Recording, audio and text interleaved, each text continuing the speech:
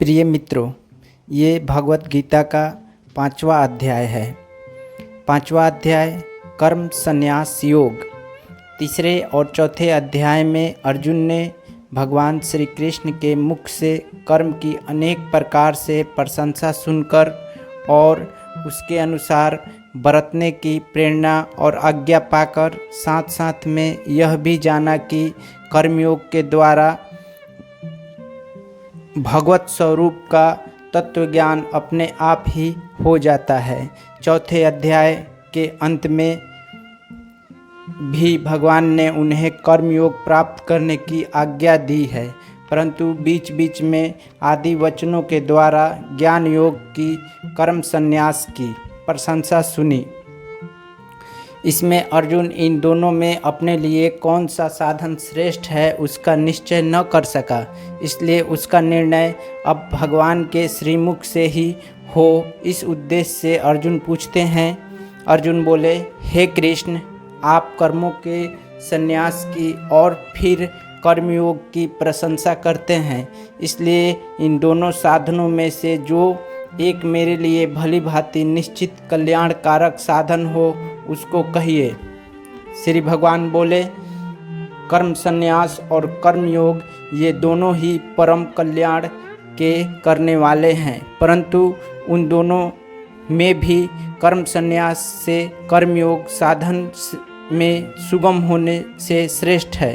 हे अर्जुन, जो पुरुष किसी से द्वेष नहीं करता है और न किसी की आकांक्षा करता है, वह कर्मयोगी सदा सन्यासी ही समझने योग्य है, क्योंकि राग द्वेषादि द्वंद्वों से रहित पुरुष सुखपूर्वक संसार बंधन से मुक्त हो जाता है।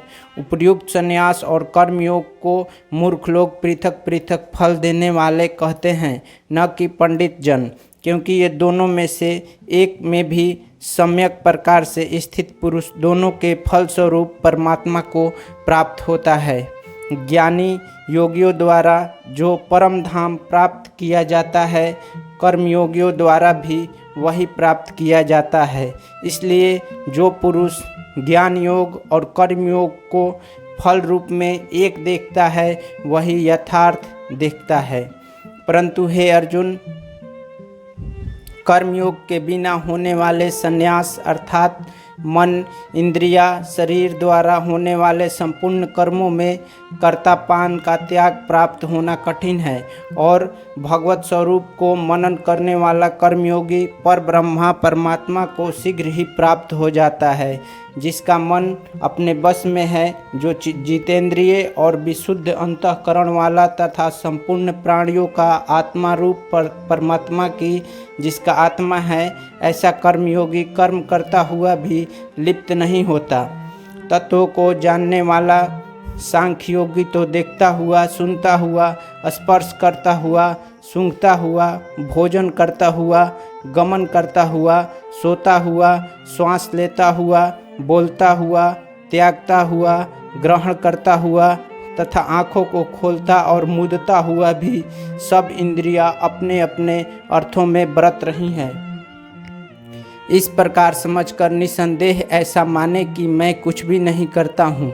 जो पुरुष सब कर्मों को परमात्मा में अर्पण करके और आसक्ति को त्याग कर कर्म करता है, वह पुरुष जल से कमल के पत्ते की भांति पाप से लिप्त नहीं होता। कर्मयोगी ममत्व बुद्धि रहित केवल इंद्रिय, मन, बुद्धि और शरीर द्वारा भी आसक्ति को त्याग कर अंतःकरण की शुद्धि के लिए कर्म करते हैं। कर्मयोगी कर्मों के फल का त्याग करके भगवत प्राप्ति रूप शांति को प्राप्त होता है, और सकाम पुरुष कामना की प्रेरणा से फल में आसक्त होकर बंधता है। अंतःकरण जिसके वश में है, ऐसा सांख्य योग का आचरण करने वाला पुरुष न करता हुआ और न करवाता हुआ ही 9 द्वारों वाले शरीर रूपी घर में सब कर्मों का मन से त्याग कर आनंद पूर्वक सच्चिदानंदन परमात्मा के स्वरूप में स्थित रहता है।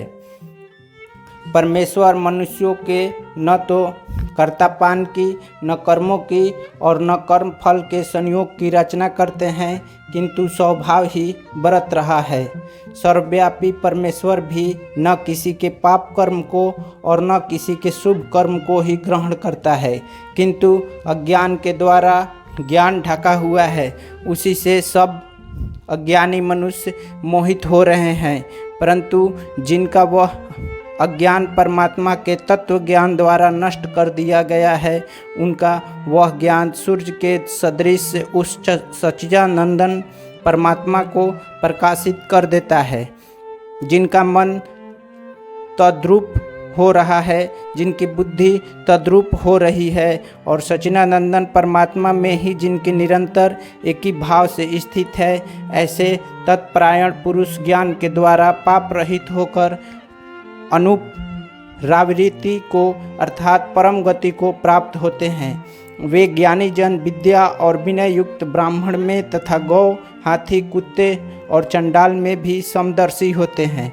जिनका मन स्वभाव में स्थित हो, उनके द्वारा इस जीवित अवस्था में ही संपूर्ण संसार जीत लिया गया है, क्योंकि सच्चिदानंदन परमात्मा निर्दोष और सम है। इससे वे सच्चिदानंदन परमात्मा में ही स्थित हैं। जो पुरुष प्रिय को प्राप्त होकर हर्षित नहीं हो और अप्रिय को प्राप्त होकर उद्विग्न न हो, वह स्थिर बुद्धि, संशय रहित ब्रह्मवेता पुरुष सच्चिदानंदन पर ब्रह्म परमात्मा में एक ही भाव से नित्य स्थित है। बाहर के विषयों में आसक्ति रहित अंतःकरण वाला साधक आत्मा में स्थित जो ध्यान जनित सात्विक आनंद है, उसको प्राप्त होता है। तदंतर वह सच्चिदानंदन परम ब्रह्मा परमात्मा के ध्यान रूप योग में अभिन्न भाव से स्थित पुरुष अक्षय आनंद का अनुभव करता है।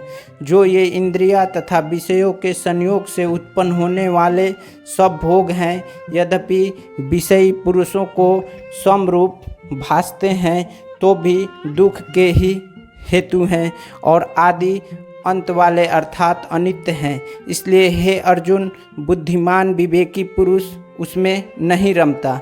जो साधक इस मनुष्य शरीर में शरीर का नाश होने से पहले पहले ही काम क्रोध से उत्पन्न होने वाले वेग को सहन करने में असमर्थ हो जाता है, वही पुरुष योगी है और वही सुखी है। जो पुरुष अंतरात्मा में ही सुख वाला है, आत्मा में ही रमण करने वाला है तथा जो आत्मा में ही ज्ञान वाला है, वह सच्चिदानंदन परम ब्रह्मा परमात्मा के साथ एक ही भाव को प्राप्त सांख्य योगी शांत ब्रह्मा को प्राप्त होता है। जिसके सब पाप नष्ट हो गए हैं, जिनके सब संशय ज्ञान के द्वारा निर्मित हो गए हैं, जो संपूर्ण प्राणियों के हित में रत है और जिसका जीता हुआ मन निश्चल भाव से परमात्मा में स्थित है, वे ब्रह्म देवता पुरुष शांत ब्रह्मा को प्राप्त होते हैं। काम क्रोध से रहित जीते हुए चित्त वाले पर ब्रह्मा परमात्मा का साक्षात्कार किए हुए ज्ञानी प्राणियों के लिए सब ओर से शांत परम ब्रह्मा परमात्मा ही परिपूर्ण है।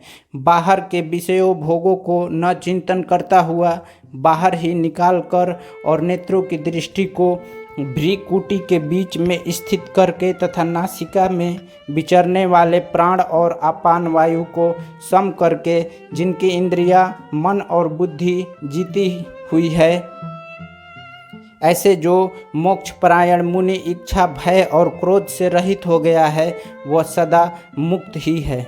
मेरा भक्त मुझको सब यज्ञ और तपों का भोगने वाला, संपूर्ण लोकों के ईश्वर का भी ईश्वर तथा संपूर्ण भूत प्राणियों का सुहृदय अर्थात स्वार्थ रहित दयालु और प्रेमी, ऐसा तत्व से जानकर शांति को प्राप्त होता है।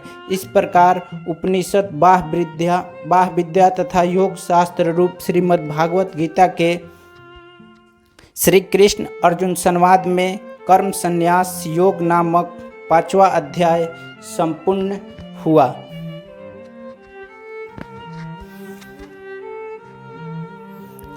वीडियो देखने के लिए बहुत बहुत धन्यवाद। आप हमारे चैनल पर आएँ। हमें आशा है कि आपको ये वीडियो पसंद आया होगा।